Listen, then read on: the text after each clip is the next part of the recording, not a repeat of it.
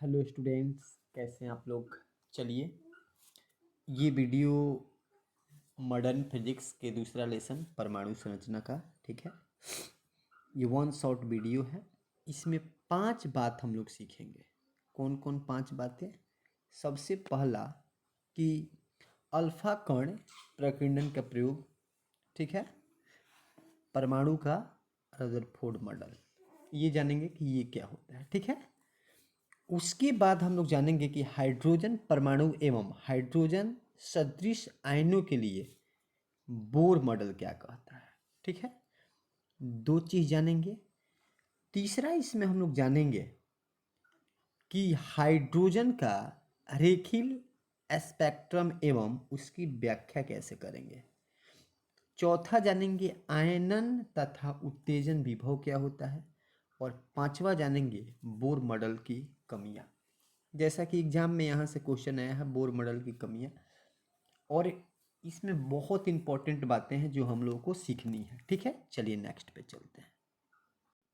सबसे पहले हम लोग परमाणु की बात करें तो द्रव्य का अविभाज्य कण परमाणु कहलाता है। माने द्रव्य जो है उसका ऐसा कण जिसको हम लोग विभाजित नहीं कर सकते हैं, वही क्या कहलाता है? परमाणु, ठीक है। परमाणु की आंतरिक संरचना पर वैज्ञानिकों के भिन्न भिन्न मत हैं। उस अंदर की बनावट की यदि बात करें तो अलग अलग लोगों का अलग अलग मत है, ठीक है। जैसा कि इसके बारे में अलग अलग लोगों ने, डाल्टन ने बहुत सारी बातों को बताया। डाल्टन का परमाणु सिद्धांत हम लोग देखेंगे, थॉमसन का परमाणु सिद्धांत देखेंगे, रदरफोर्ड ने भी बताया, बोर ने भी बताया। उसके बाद सोमर फील्ड का प्रयोग भी हम लोग देखेंगे, ठीक है। इसके बाद तो इतने वैज्ञानिकों ने इसके बारे में बताया था, सबके बारे में बारी बारी से हम लोग जानेंगे। थॉमसन का मॉडल अभी हम लोग को नहीं पढ़ना, वो 9th क्लास में है। आप चाहें तो वहाँ से देख सकते हैं, वहाँ से ये भी देख सकते हैं इलेक्ट्रॉन की खोज कैसे हुआ, प्रोटॉन की खोज कैसे हुआ, न्यूट्रॉन की कैसे हुआ। ये 11th क्लास के केमिस्ट्री में भी है। अभी हम लोग 12th क्लास के फिजिक्स में इसकी व्याख्या कंप्लीटली नहीं किया गया एनसीईआरटी बुक में। चलिए नेक्स्ट पे चलते हैं हम लोग। यदि सबसे पहले हम लोग डाल्टन के परमाणु सिद्धांत की बात करें तो यहाँ डाल्टन ने एक छोटा सा बात बताया था कि डाल्टन के परमाणु सिद्धांत के अनुसार प्रत्येक द्रव्य छोटे छोटे अविभाजित कणों से मिलकर बना है। किससे बना हुआ है? छोटे छोटे अविभाजित कणों से मिलकर बना हुआ है, ठीक है, होता है। और इन अविभाजित कणों को परमाणु बोलते हैं। क्या बोलते हैं? परमाणु। किसको? अविभाजित, जो विभाज्य नहीं हो सकते, वही। ऐसा डाल्टन का मानना था कि इसको विभाजित नहीं किया जा सकता, लेकिन आगे इसको विभाजित भी किया गया। चलिए नेक्स्ट पे हम लोग देखते हैं, नेक्स्ट करते हैं, ठीक है। तो परमाणु जो है अस्थाई होता है। पहला बात, परमाणु क्या होता है? अस्थाई होता है। दूसरा बात अगर जाने परमाणु की विशेषता, परमाणु विद्युत रूप से उदासीन होता है, यानी इसमें जितना इलेक्ट्रॉन होता है वो उतना ही प्रोटॉन होता है, दोनों मिला के 0 हो जाता है, इसलिए वो उदासीन होता है, ठीक है। उसके बाद एक ही तत्व के समान परमाणुओं के भौतिक रासायनिक गुण भी क्या होते हैं? भौतिक तथा रासायनिक गुण भी क्या होते हैं? समान होते हैं। छोटी छोटी बातें हैं, इसको आपको याद रखना है एक एक बात, ठीक है। जबकि अलग अलग तत्वों के परमाणु के भौतिक और रासायनिक गुण अलग अलग हो सकते हैं। चलिए नेक्स्ट पे आते हैं। अब उसके बाद आते हैं रदरफोर्ड का परमाणु मॉडल। इस पे हम लोग डिस्कस थोड़ा सा कर लें। रदरफोर्ड के परमाणु मॉडल आप 9th क्लास में भी पढ़े होंगे, बहुत सिंपल और आसान है। रदरफोर्ड ने ही ये चीज़ बताया कि परमाणु के अंदर, जैसे में आप लोगों को पता है कि हम लोग डाल्टन देखे, डाल्टन के बाद थॉमसन आए और उन्होंने कहा कि ये जो मौलिक कण है इसको विभाजित किया जा सकता है। किसको? परमाणु को। और इसमें 3 कण होते हैं, जैसे में कि electron, proton, neutron. J Thomson ने इलेक्ट्रॉन की खोज किया, फिर रदरफोर्ड गोल्डस्टीन ने प्रोटॉन की खोज किया, फिर चैडविक आए, उन्होंने न्यूट्रॉन की खोज किया। तो इस कंडीशन में आप लोगों ने देखा होगा कि उन्होंने जे थॉमसन ने एक परमाणु का भी मॉडल प्रस्तुत किया, लेकिन वो सफल नहीं हुआ। उनका कहना था कि जब ये तीनों जो चीज़ें जो मौलिक कण है जैसे में इलेक्ट्रॉन प्रोटॉन न्यूट्रॉन इस प्रकार एग्जिस्ट करते हैं जैसे तरबूजा के अंदर बीज। लेकिन अगर इलेक्ट्रॉन और प्रोटॉन अगर एक साथ चिपक के रहें तो कुछ समय बाद परमाणु का हो जाएगा, नष्ट हो जाएगा। इन्हीं सब कारणों के लेकर के बाद में थॉमसन का जो परमाणु मॉडल था वो अमान्य कर दिया गया, वो गलत था। ठीक है, फिर उसके बाद रदरफोर्ड आया और इन्होंने जो बात बताया वो सही बताया। ठीक है, बहुत इनमें भी कुछ कमियां हैं, वो कमी को हम लोग लास्ट में देखेंगे। सबसे पहला चीज़ इसमें अगर आप देखें तो सबसे पहला चीज़ आप देखिए इधर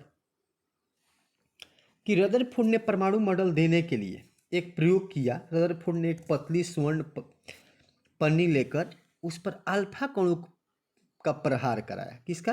अल्फा कण का बौछार कराया।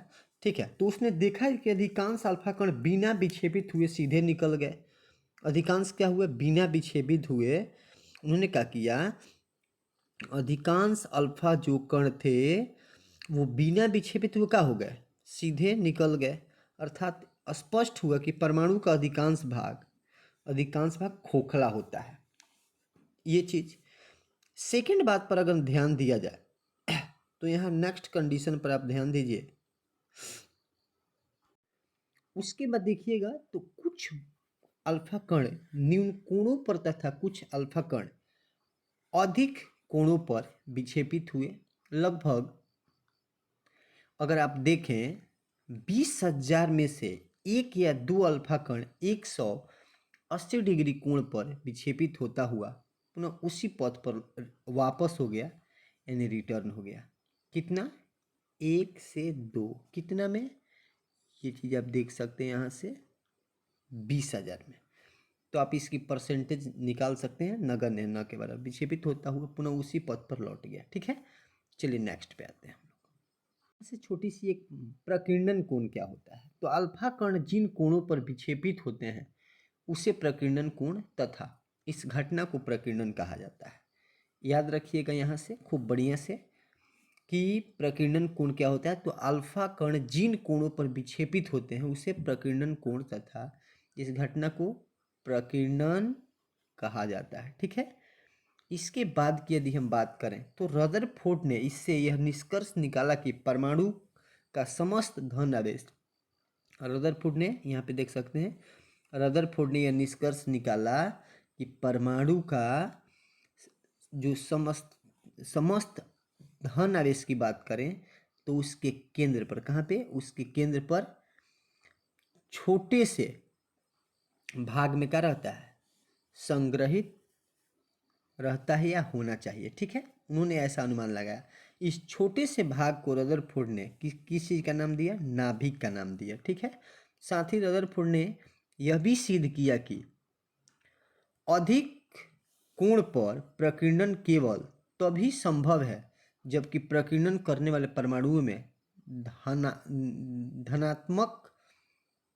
धनात्मक कण मौजूद हो। यानी आप देख सकते हैं खूब बढ़िया से, क्योंकि अल्फा कण पॉजिटिव होता है और यदि नाभिक भी क्या है? पॉजिटिव, तो दोनों के बीच प्रतिकर्षण होगा, इसलिए वो टकरा के रिटर्न हो गया होगा, उनका यही मानना था। ठीक है, इसके बाद यदि रदरफोर्ड परमाणु मॉडल के निष्कर्ष, तो रदरफोर्ड परमाणु मॉडल के अनुसार परमाणु समस्त धन आवेश तथा परमाणु का अधिकांश द्रव्यमान नाभिक में उपस्थित होता है।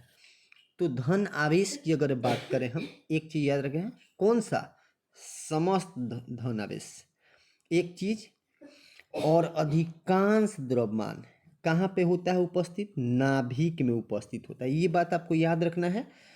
ये चीज़ आप यहाँ पे बहुत इंपॉर्टेंट उन्होंने बात बताया था कि जो नाभिक होता है उसी में उसका समस्त द्रव्यमान लगभग और आवेश दोनों मौजूद होता है। ठीक है, ये चीज़ आपको याद रखना है।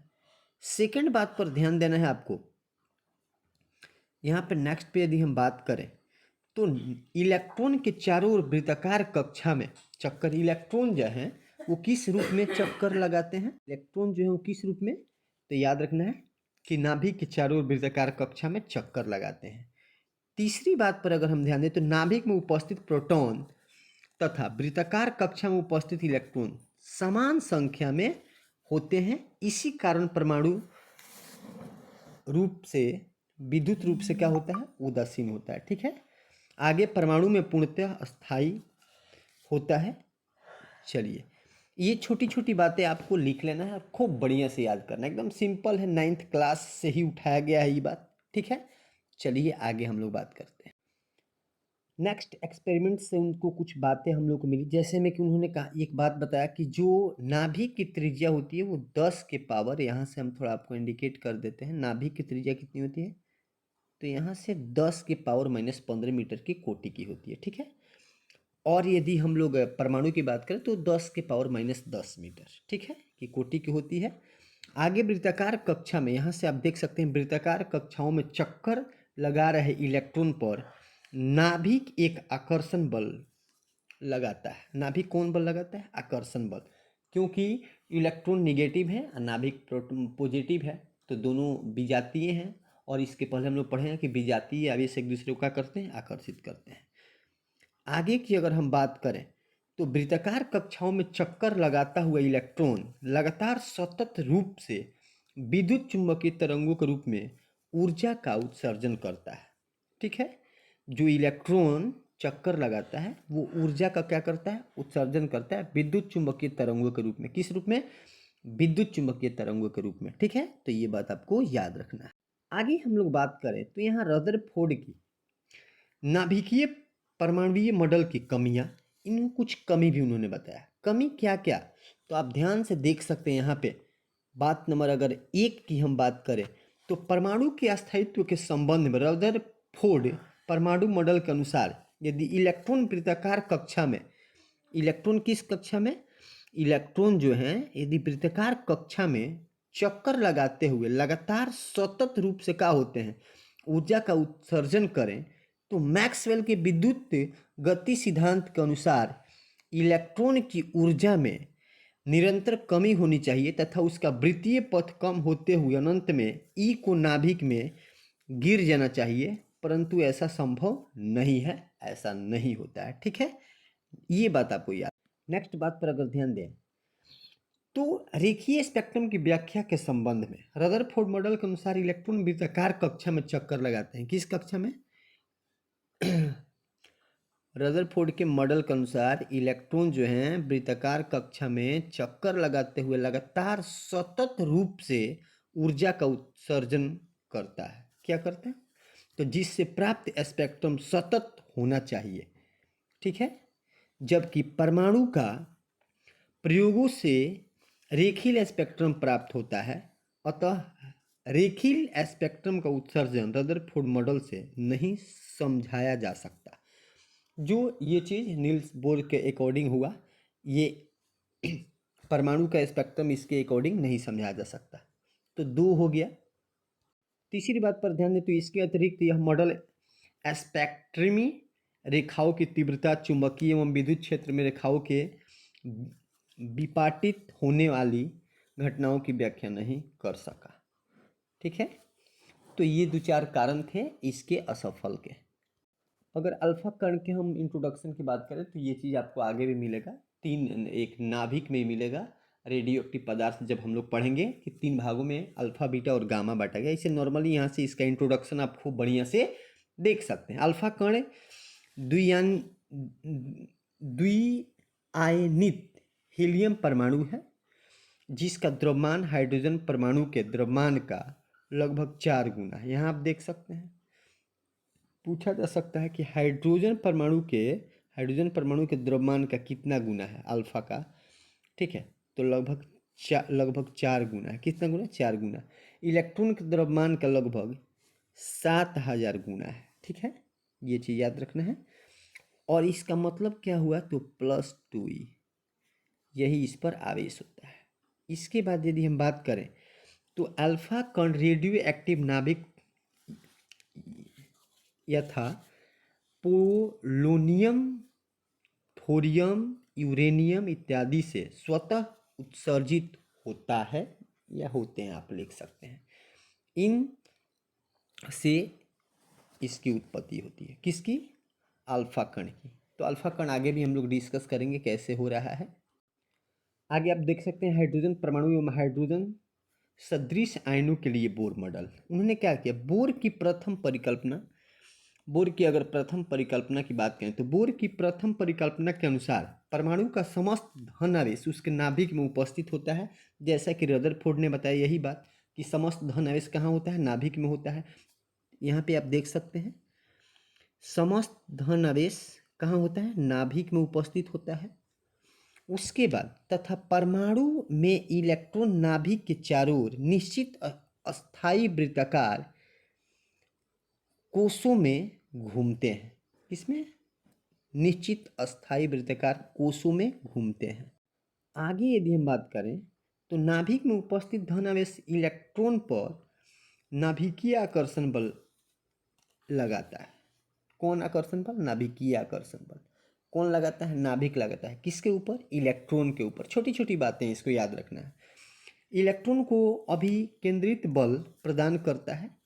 माने अभिकेंद्र बल आप नाम सुने होंगे, वह बल जब कोई कण यदि वृत्तीय पथ पर गति करता है तो केंद्र की ओर बल कार्य करता है, जिसको अभिकेंद्र बल कहा जाता है। जब कोई कण वृत्तीय पथ पर गतिशील होता है तो वृत्त के केंद्र की ओर एक बल कार्य करता है, उसे अभिकेंद्र बल कहते हैं। तो यहाँ पे ये कंडीशन आपको याद रखना। अभिकेंद्र प्रदान करता है जिस के परिमाण स्वरूप इलेक्ट्रॉन लगातार वृत्तीय कक्षाओं में चक्कर लगाता है। किस कक्षा में? वृत्तीय कक्षाओं में चक्कर लगाता है। ठीक है।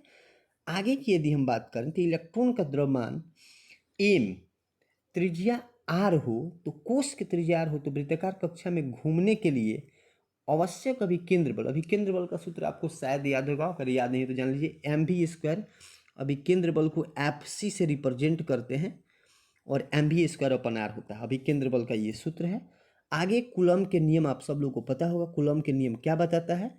तो k q1 × q2/r², या इसको ऐसे भी लिख सकते हैं कि F बराबर 1/4 pi epsilon not q1 × q2/r²। ये भी होता है कूलम के नियम, जैसा कि यहाँ पे लिखा गया है, या k q1 q2/r²। ये वाला कंडीशन आपको याद है। इसके बाद जब भी कोई इलेक्ट्रॉन यदि अपनी कक्षा में गति करता है तो वहाँ पे विद्युतीय बल और अभिकेंद्र बल का मान क्या होता है? समान होता है। यहाँ से आप देख सकते हैं, जैसे कि मैंने कई बार इस क्लास में इस चीज़ का डिस्कस किया हुआ है, दोनों का होता है समान होता है। यदि दोनों समान होता है तो यहाँ से हमको जो भी ज्ञात करना है, अगर वेलोसिटी ज्ञात करना है तो Vn बराबर कितना हो जाएगा? अब इसको रूट में निकालना पड़ेगा। तो यहाँ से हम K निकाल सकते हैं, Jd निकाल सकते हैं, M निकाल सकते हैं, जो भी चाहे हम निकाल सकते हैं। एगो तो R से एगो R कैंसिल होगा।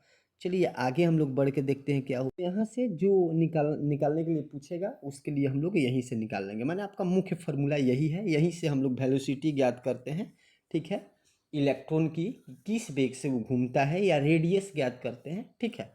आगे आप नेक्स्ट कंडीशन पर ध्यान दीजिए। छोटी छोटी बात आप लोग सब जानते होंगे कि के का मान, के बराबर क्या होता है। मैंने अभी तुरंत आपको बताया था कि के बराबर 1/4 पाई एप्सिलॉन नॉट होता है, जिसका मान कितना होता है? 9×10⁹ न्यूटन मीटर स्क्वायर पर कूलम स्क्वायर। जेड क्या है? परमाणु क्रमांक है। यहाँ पे आप देख सकते हैं जेड क्या है? परमाणु क्रमांक है। उसके बाद एम का द्रव्यमान कितना होता है, यानी मास ऑफ इलेक्ट्रॉन कितना होता है। याद रखिए 9.1 × 10⁻31 kg इलेक्ट्रॉन का द्रव्यमान। ठीक है। इलेक्ट्रॉन का वेग अगर v हो, त्रिज्या वृत्तीय पथ की त्रिज्या r इलेक्ट्रॉन की त्रिज्या है। ठीक है। जहाँ जहाँ e के ऊपर माइनस यूज किया गया वो इलेक्ट्रॉन, n जो है वो कोष क्रमांक है। ठीक है। और यहाँ पे इलेक्ट्रॉन पर आवेश का मान कितना होता है? तो आप सब लोग को पता होगा कि 1.6 × 10⁻⁻19 कूलम होता है। ठीक है। ये सारा छोटी छोटी बात है, इसको देखते रहिए, सुनते रहिए, आपको याद हो जाएगा। ठीक है।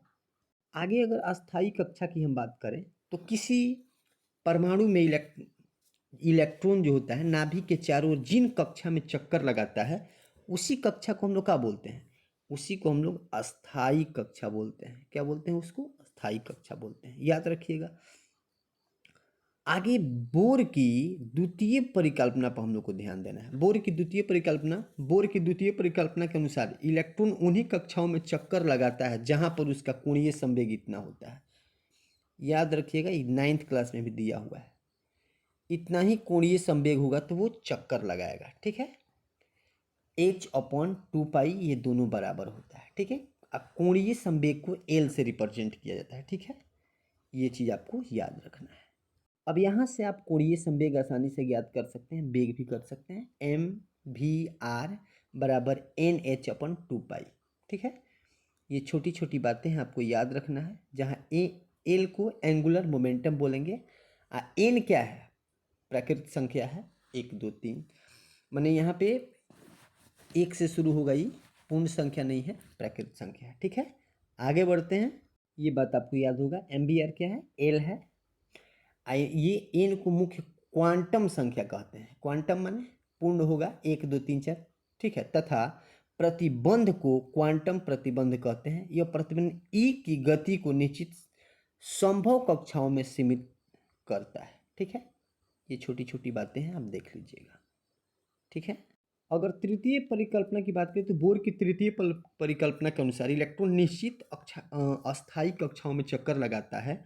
वह न तो जब निश्चित कक्षा में घूमेगा तो ऊर्जा वो न तो अवशोषित करेगा, नहीं उत्सर्जित। अवशोषण करता है और नहीं क्या करता है, उत्सर्जन करता है। जब अपनी कक्षा में चलेगा तब, अगर कक्षा चेंज कर रहा है, वो चाहे हाई से लो में आ रहा है या लो से हाई में जा रहा है, तभी ऊर्जा उत्सर्जित कर सकता है या अवशोषित करेगा। ठीक है, तो तीसरा में, लेकिन इलेक्ट्रॉन अगर निम्न कोश से उच्च में जाता है तो संकरण करता है। माने कहने मतलब कोई निम्न से उच्च में जा रहा है तो उस समय अवशोषित करता है, और ऊर्जा का अवशोषण तथा उच्च कोश से निम्न कोश में संक्रमण करता है, यानी आता है तो ऊर्जा उत्सर्जन। तो यहाँ से याद रखिएगा कि क्या कह रहा है। अगर मान लीजिए कि यहाँ पे आपको दिखा दे 1 2 3, ये सब कक्षा है, तो यहाँ से अगर यहाँ आएगा तो ऊर्जा उत्सर्जित करेगा। ए से बी पर आएगा तो क्या करेगा, यहाँ पे अगर आ रहा है तो इसका मतलब ऊर्जा ए से बी पर आएगा तो उत्सर्जित करेगा, लेकिन बी से अगर ए पर जाएगा तो क्या करेगा, बी से अगर ए पर जा रहा है तो ऊर्जा को उत्सर्जित करेगा। ठीक है, इस कंडीशन के बाद ये याद रखिएगा कि हाई से लो में आ रहा है कि लो से हाई में जा रहा है। अगर हाई से लो में आ रहा है तो अवशोषित, लो से हाई में जा रहा है, लो से हाई में जा रहा है तो अवशोषित, हाई से लो में आ रहा है तो उत्सर्जित। ठीक है, इसके बाद नेक्स्ट पे आगे आपको बढ़िया से देख सकते हैं। अगर हम नेक्स्ट बात करें तो अगर मान लीजिए कि 2 कक्षा है, हाई एक हाई से लो में आ रहा है, तो उस स्थिति में आवृत्ति कैसे निकालेंगे। तो यहाँ पे आपको बता दिया गया है कि इलेक्ट्रॉन उच्च कोश से अगर निम्न कोश में जाता है, ठीक है, फोटोन की ऊर्जा उत्सर्जित करेगा उत्सर्जित फोटोन की आवृत्ति एवं अंतिम अवस्थाओं की ऊर्जा के अंतर प्रारंभिक और अंतिम अवस्थाओं की ऊर्जा के अंतर के समानुपाती होता है। यहाँ से आप देख सकते हैं प्रारंभिक और अंतिम, अंतिम में से प्रारंभिक को क्या कर देना, घटा देना, ऊर्जा के अंतर के क्या होता है, समानुपाती होता है। ये बात आपको याद रखना है। ठीक है, चलिए आगे। ये 9th क्लास की बातें हैं, आप 9th क्लास की बुक देख लीजिएगा, वहाँ पे ही फार्मूला दिया हुआ है। ठीक है, यहाँ से आवृत्ति हम आसानी से क्या कर सकते हैं, ज्ञात कर सकते हैं। आवृत्ति निकालने का ये फॉर्मूला है। ठीक है, चलिए यहाँ पे यदि हम बात करें तो एच क्या है, प्लांक कांस्टेंट है। एच क्या है, प्लांक कांस्टेंट, एक बार एग्जाम में पूछा गया, और इसका मान क्या होता है, तो 6.62 इंटू 10⁻⁻34 जूल इंटू सेकेंड होता है। ठीक है, यहाँ पे आप देख सकते हैं कि EN1 जो है, NV अंतराण, ये आंतरिक कक्षा की ऊर्जा है, और N2 ये क्या है, बाहरी कक्षा की ऊर्जा है। न्यू जो देख रहे हैं इसको न्यू बोलते हैं, तो ये उत्सर्जित प्रोटॉन की क्या आवृत्ति है। इसके बाद की अगर हम बात करें तो आपको बढ़िया से बोर मॉडल के अनुसार इलेक्ट्रॉन उच्च कोश से निम्न कोश में ऊर्जा उत्सर्जित करता है, लौटता है, तो क्रिया में संक्रमण का कहते हैं। ठीक है, याद रखिएगा, यहाँ क्या याद रखने वाला बात है कि जब उच्च से निम्न में आएगा, कहाँ से, जब उच्च से निम्न में आएगा तो यहाँ पे क्या होगा, ऊर्जा उत्सर्जन करता है। ठीक है, हुआ लौटता है, तो इस क्रिया को, इसी को हम लोग संक्रमण किसको बोलेंगे, संक्रमण। तो याद रखिएगा, जब उच्च से निम्न जाता है तो ऊर्जा उत्सर्जन करता है, और यही घटना कहलाता है संक्रमण। ठीक है, ये चीज़ आपको याद रखना है, आगे इस वर्ड का उपयोग भी करना है। आगे अगर अस्थायी कक्षा के लिए त्रिज्या ज्ञात करना हो तो त्रिज्या आप बोर के अकॉर्डिंग देख सकते हैं। विद्युतीय बल, यहाँ से मैंने आपको तुरंत बताया था कि अभी केंद्र बल और विद्युतीय बल दोनों का मान क्या होगा, समान होगा। अब के जेड क्या है, नाभिक है, ई क्या है, इलेक्ट्रॉन। तो जे डी माने नाभिक, ई इलेक्ट्रॉन, Q1 Q2 इसका मान हो जाएगा, आपको याद होना चाहिए। यहाँ पे के क्या है, के स्थिर विद्युत नियतांक है, जे डी है, साथ में क्या है, ई है, अपॉन कितना हो जाएगा, आर स्क्वायर, कूलम के नियम। अभी केंद्र बल का ये वाला कंडीशन है, तो यहाँ से हम आसानी से क्या निकाल सकते हैं, यहाँ से हम त्रिज्या इसका ज्ञात कर सकते हैं। कभी कभी त्रिज्या का फॉर्मूला पूछा जाता है या ज्ञात करने के लिए, तो ये 2-3 क्लास में करना है, 11th में 2-3 बार करना है, 12th में भी करना है, आप आसानी से कर सकते हैं। अगर दिक्कत हो तो क्लास में भी आप पूछ सकते हैं। ठीक है, चलिए नेक्स्ट पे आते हैं। और कोणीय संवेग का फॉर्मूला आप लोग इसके पहले देख ही चुके हैं, तो इस तरीके से आगे हम लोग बढ़ते जाएंगे और एक ही टाइप की चीज़ मिलेगा। ठीक है, चलिए, ठीक है। तो बोर सिद्धांत द्वारा हाइड्रोजन स्पेक्ट्रम की व्याख्या कैसे करेंगे, तो सब लोगों को पता है कि इलेक्ट्रॉन जब उच्च कोश से निम्न कोश में, ठीक है, या निम्न से उच्च कोश में संक्रमण करते ही जाता है, तो उसके द्वारा यहाँ पे आप देख सकते हैं कि इलेक्ट्रॉन जब क्या करता है, उच्च कोश से निम्न कोश में या निम्न से उच्च में क्या करता है, संक्रमण करते ही जाता है, तो उसके द्वारा अवशोषित या उत्सर्जित ऊर्जा की आवृत्ति को ऊर्जा अंतराल के समानुपाती होता है। मैंने अभी तुरंत बताया था, अर्थात बोर की तृतीय परिकल्पना से ये वाला कंडीशन आप लोग जानते हैं कि ये प्रारंभिक ऊर्जा यहाँ पे और ये सेकेंडरी, तो यहाँ से आवृत्ति हम लोग याद कर सकते हैं। इस कंडीशन के बाद यहाँ पे एच क्या है, प्लांक नियतांक है, जिसका मान मैंने आपको तुरंत अभी बताया था, न्यू आवृत्ति है, और ये क्या है, ऊर्जा अंतराल है, E1 माइनस E2। ये कंडीशन आपको याद रखना है, आगे इसकी ज़रूरत फिर पढ़ने वाली है। ये क्लास 11th के केमिस्ट्री में आपको पढ़ाया गया होगा, आप देखे होंगे खूब बढ़िया से। यहाँ से हम तरंग दैर्ध्य निकाल सकते हैं इस फॉर्मूला के माध्यम से। ठीक है, और यहाँ पे आप देखेंगे तो ये इसमें केवल अगर जेड को हम अलग कर दें, जेड को, तो बाकी ये सब मिला करके आर बनता है। ठीक है, और आर जो है यहाँ पे आप देख सकते हैं, आर किसके किसके बराबर हो सकता है, तो यहाँ से आप फॉर्मूला भी नोट कर सकते हैं, इतना बोल सकते हैं या इतना, दोनों आर के क्या होता है, बराबर है। इसमें देखेंगे तो सब कांस्टेंट है, ये सब बार बार बदलने वाला चीज़ नहीं है। तो ये कंडीशन आपको क्या करना है, और आर को क्या कहा जाता है, तो याद रखिएगा आर के मान जो है यही थोड़ा ज़्यादा देखने में टेढ़ा है, लेकिन ये वाला इसका क्या है, मान है, ये वाला आप याद कर सकते हैं या ये वाला याद कर सकते हैं। और इसी को हम लोग क्या बोलते हैं, रीडबर्ग नियतांक बोलते हैं। ठीक है, ये वाला, तो इसका मोस्ट इंपॉर्टेंट फार्मूला यही है, इसके माध्यम से हम आवृत्ति या तरंग दैर्ध्य ज्ञात कर सकते हैं। तो आवृत्ति अगर निकालना हो तो ये वाला फार्मूला लेंगे, या तरंग दैर्ध्य निकालना हो तो 1/λ करेंगे, क्योंकि सब लोगों को पता है ये आवृत्ति है और ये क्या है, तरंग दैर्ध्य है। और दोनों में रिलेशन क्या होता है, आवृत्ति और तरंग दैर्ध्य में, तो ये चीज़ आप लोगों को पता होगा कि दोनों में रिलेशन क्या होता है, तो न्यू बराबर 1/λ, ये चीज़ आप लोगों को पता है। चलिए नेक्स्ट कंडीशन पे आते हैं हम लोग। यहाँ पे आप देख सकते हैं, खूब बढ़िया से आपको मैं बता दूँ, यहाँ पे N1 क्या है, निम्न कोश, N2 उच्च कोश, Z परमाणु संख्या, R रीडबर्ग नियतांक, लैम्डा तरंग दैर्ध्य, और ये तरंग संख्या, तरंग संख्या। ठीक है, आगे की अगर हम बात करें तो उपयुक्त सूत्र एकल संयोजी परमाणु के स्पेक्ट्रम के लिए प्रयुक्त होता है, किसके लिए, एकल के लिए प्रयुक्त होता है। ठीक है, ये वाला कंडीशन, हाइड्रोजन परमाणु के लिए ये वाला कंडीशन पर हम लोग को ध्यान देना है। ठीक है, तो इसके बाद आगे हम लोग देखेंगे कि रीडबर्ग जो कांस्टेंट है इसका मान कैसे ज्ञात करते हैं। तो सबका मान आपके सामने दिया हुआ है, आप देख सकते हैं, यहाँ पे एम का मान है, ई का है, एप्सिलॉन नॉट का है, एच का है, सी का है, सबका मान दिया हुआ है। इसमें वैल्यू आप पुट करेंगे और आसानी से निकालेंगे, तो इसका मान हमारे पास यही आएगा। यही चीज़ आपको याद रखना है, बार बार ऐसे एग्जाम में पूछा नहीं जाता है, लेकिन एग्जाम में इस वैल्यू की ज़रूरत पड़ सकती है। 1.097 इंटू 10⁻⁷, ठीक है, ये पर मीटर इसका वैल्यू होता है, किसका, रीडबर्ग कांस्टेंट का। तो ये बात आपको हमेशा याद रखना है। चलिए नेक्स्ट, ठीक है, आगे अगर हम बात करें तो हाइड्रोजन परमाणु अपनी मूल अवस्था से उत्तेजित अवस्था में जाता है, तो उत्तेजित ऊर्जा स्तर में इलेक्ट्रॉन का जीवन काल, उत्तेजित में वो कितना देर तक रह सकता है, तो 10⁻⁸ सेकेंड की कोटि तक ये रह सकता है उत्तेजित अवस्था में। ठीक है, ये बात याद रखना है। फिर से यहाँ से हम वही फार्मूला है, आप खूब बढ़िया से देख सकते हैं। ठीक है, आगे बढ़ते हैं।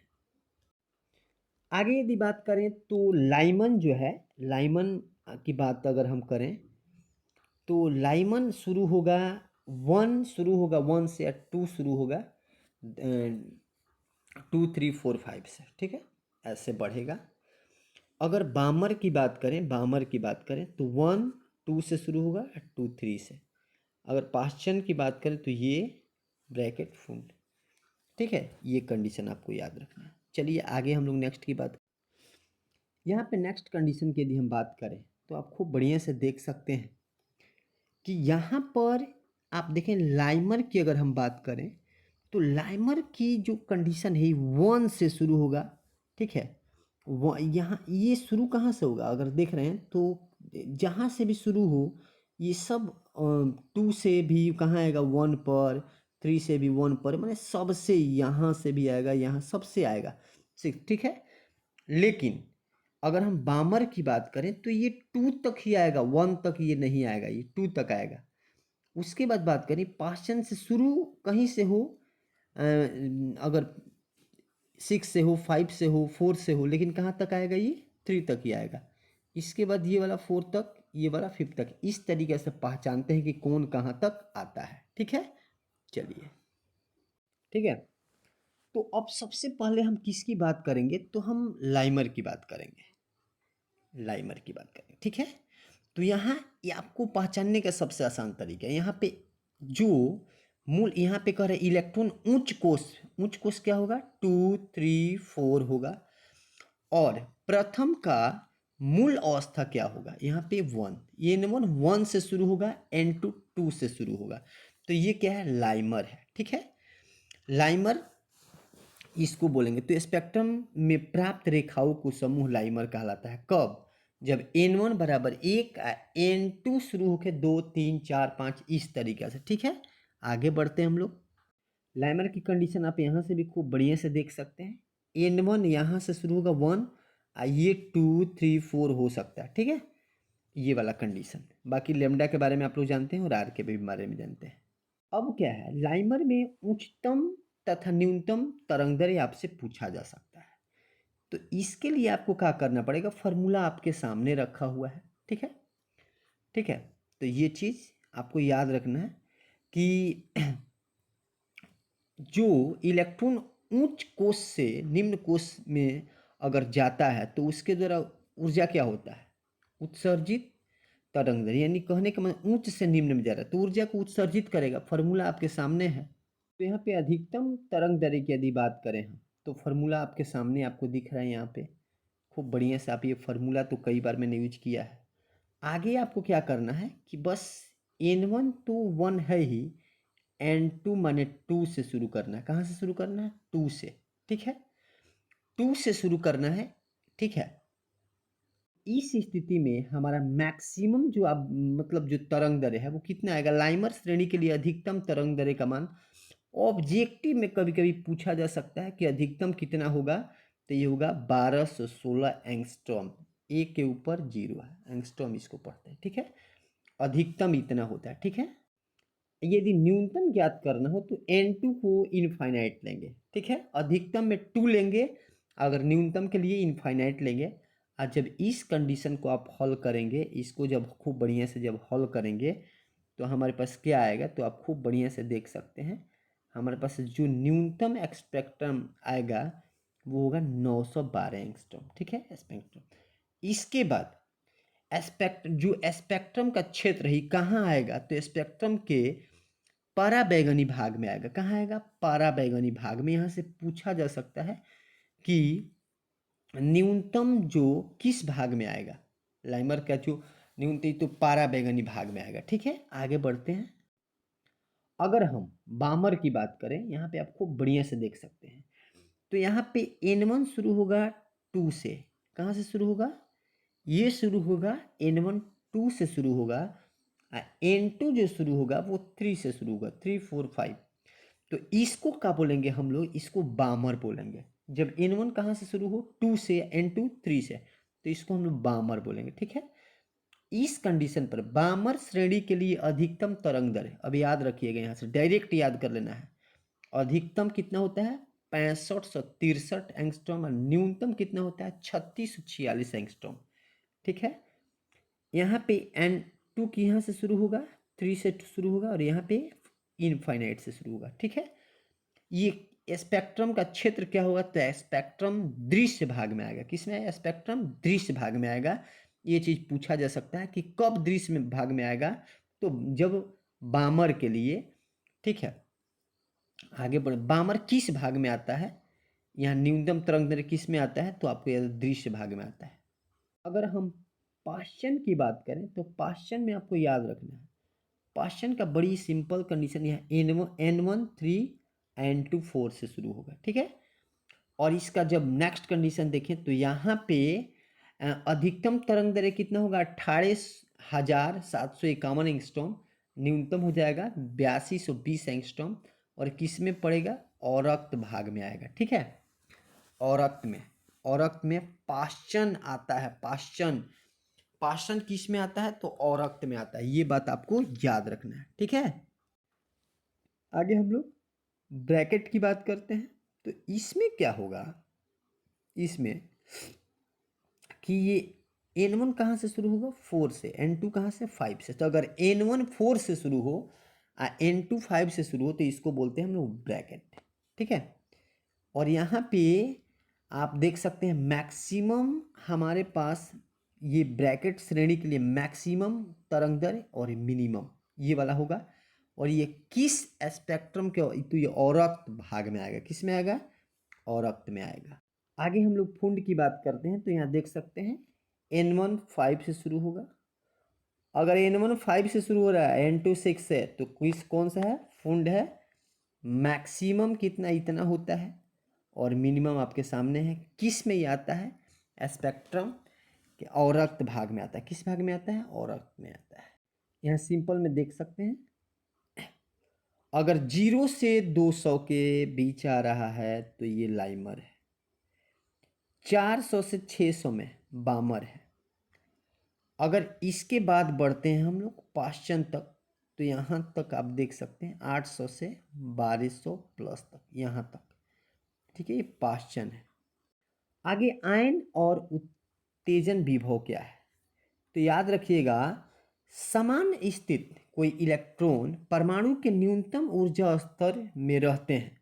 सामान्य किसी भी इलेक्ट्रॉन को देखें तो न्यूनतम ऊर्जा स्तर में रहते हैं। कहाँ रहते हैं, न्यूनतम ऊर्जा स्तर में रहते हैं। जब परमाणु को ऊर्जा देते हैं तो अतिरिक्त ऊर्जा प्राप्त हो जाने के कारण, क्या हो जाने के कारण, अतिरिक्त ऊर्जा प्राप्त हो जाने पर न्यूनतम ऊर्जा स्तर इलेक्ट्रॉन ऊंचे ऊर्जा स्तरों से क्या हो जाता है, संक्रमण हो जाता है, माने बदल जाता है, ठीक है। अब इस कंडीशन में तो अतः इलेक्ट्रॉन को परमाणु से पूर्णतः बाहर निकालने के लिए आवश्यक ऊर्जा आयन ऊर्जा कहलाता है, ठीक है। जो इलेक्ट्रॉन परमाणु से क्या कर दे, बाहर निकाल दे, वही ऊर्जा कहलाएगा, क्या चीज, उसी को हम आयन विभव बोलेंगे। आवश्यक ऊर्जा आयन विभव कहलाता है, ठीक है। इस स्थिति में यदि किसी कक्षा के इलेक्ट्रॉन की ऊर्जा हमारे पास इतना हो, ठीक है, इलेक्ट्रॉन वोल्ट में हो, तो इसकी आयन ऊर्जा, ठीक है, आयन ऊर्जा क्या है, तो आयन ऊर्जा को हम लोग VI से रिप्रेजेंट करेंगे। तो E इनफाइनाइट माइनस EN, इसको थोड़ा सा हम आगे करेंगे ना, तो यही हमारे पास ये जो आएगा इनफाइनाइट पे, तो ये इनफाइनाइट पे शून्य हो जाता है, तो ये शून्य हो जाता है, तो ये दोनों का हो जाएगा I इसके बराबर हो जाएगा। किस में होगा, इलेक्ट्रॉन वोल्ट में होगा। तो यहाँ से अगर हमें VI निकालना है तो इसका ये फॉर्मूला है, ये चीज़ आपको याद रखना है, ठीक है। आगे बढ़ते हैं, ये आयन विभव का हो गया फॉर्मूला। आगे बढ़ते हैं, आगे उत्तेजन विभव, तो किसी परमाणु में इलेक्ट्रॉन को एक कोष से अधिक ऊर्जा के दूसरे कोष में ले जाने को उत्तेजन कहते हैं। क्या कहते हैं, उत्तेजन कहते हैं। कहाँ से कहाँ, यहाँ पे याद रखिएगा, अधिक ऊर्जा के दूसरे कोष में ले जाने की क्रिया को उत्तेजन कहते हैं। इस संक्रमण के लिए आवश्यक ऊर्जा उत्तेजन ऊर्जा कहलाती है। ले जाने के लिए जो ऊर्जा व्यय होती है उसको उत्तेजन ऊर्जा बोलेंगे, ठीक है। आगे की यदि हम बात करें तो इस उत्तेजन ऊर्जा को प्राप्त करने के लिए इलेक्ट्रॉन को जितने विभवांतर से त्वरित करना पड़ता है वह विभवांतर उत्तेजन विभव कहलाता है। और उत्तेजन विभव का फॉर्मूला आपके सामने रखा हुआ है। दोनों यहाँ पे V बराबर Vn2 माइनस V1 अपॉन ई, ये वोल्ट हो गया, ठीक है। तो इसके बाद नेक्स्ट आगे बोर मॉडल की कमियां। तो यह मॉडल केवल एक इलेक्ट्रॉन वाले परमाणु के लिए ही स्पेक्ट्रमों की व्याख्या करता है। बात नंबर 1 पूछा गया एग्जाम में, क्या करता है? तो यह मॉडल केवल एक इलेक्ट्रॉन वाले परमाणु के ही स्पेक्ट्रमों की व्याख्या करता है। आगे की यदि हम बात करें तो दूसरा बात आपको याद रखना है कि इस सिद्धांत में नाभिक को स्थिर माना गया है। क्या किया गया? नाभिक को स्थिर माना गया, परंतु यह तभी संभव है जब नाभिक का द्रव्यमान अनंत हो। कितना हो? अनंत हो। तीसरा बात, कोणीय संवेग के क्वांटीकरण के बारे में स्पष्ट तर्क बोर मॉडल ने प्रस्तुत नहीं किया है। तो इसकी क्या हो गई? ये सब कमियां हो गई। तो यदि वीडियो अच्छा लगा तो लाइक कमेंट शेयर इसको नोट करें, बार बार पढ़ें। अगर दिक्कत हो तो आप क्लास में भी इस बात को पूछ सकते हैं। आप नोट जरूर करें और 1-2 बार पढ़ें, आपको समझ में आ जाएगा। और यदि आप बिल्कुल समझ में नहीं आ रहा है तो आप 9th क्लास के बुक पढ़िए, परमाणु की संरचना, उसके बाद इसको पढ़िए, आपको ज़्यादा समझ में आएगा। तो bye, thank you so much watching this video.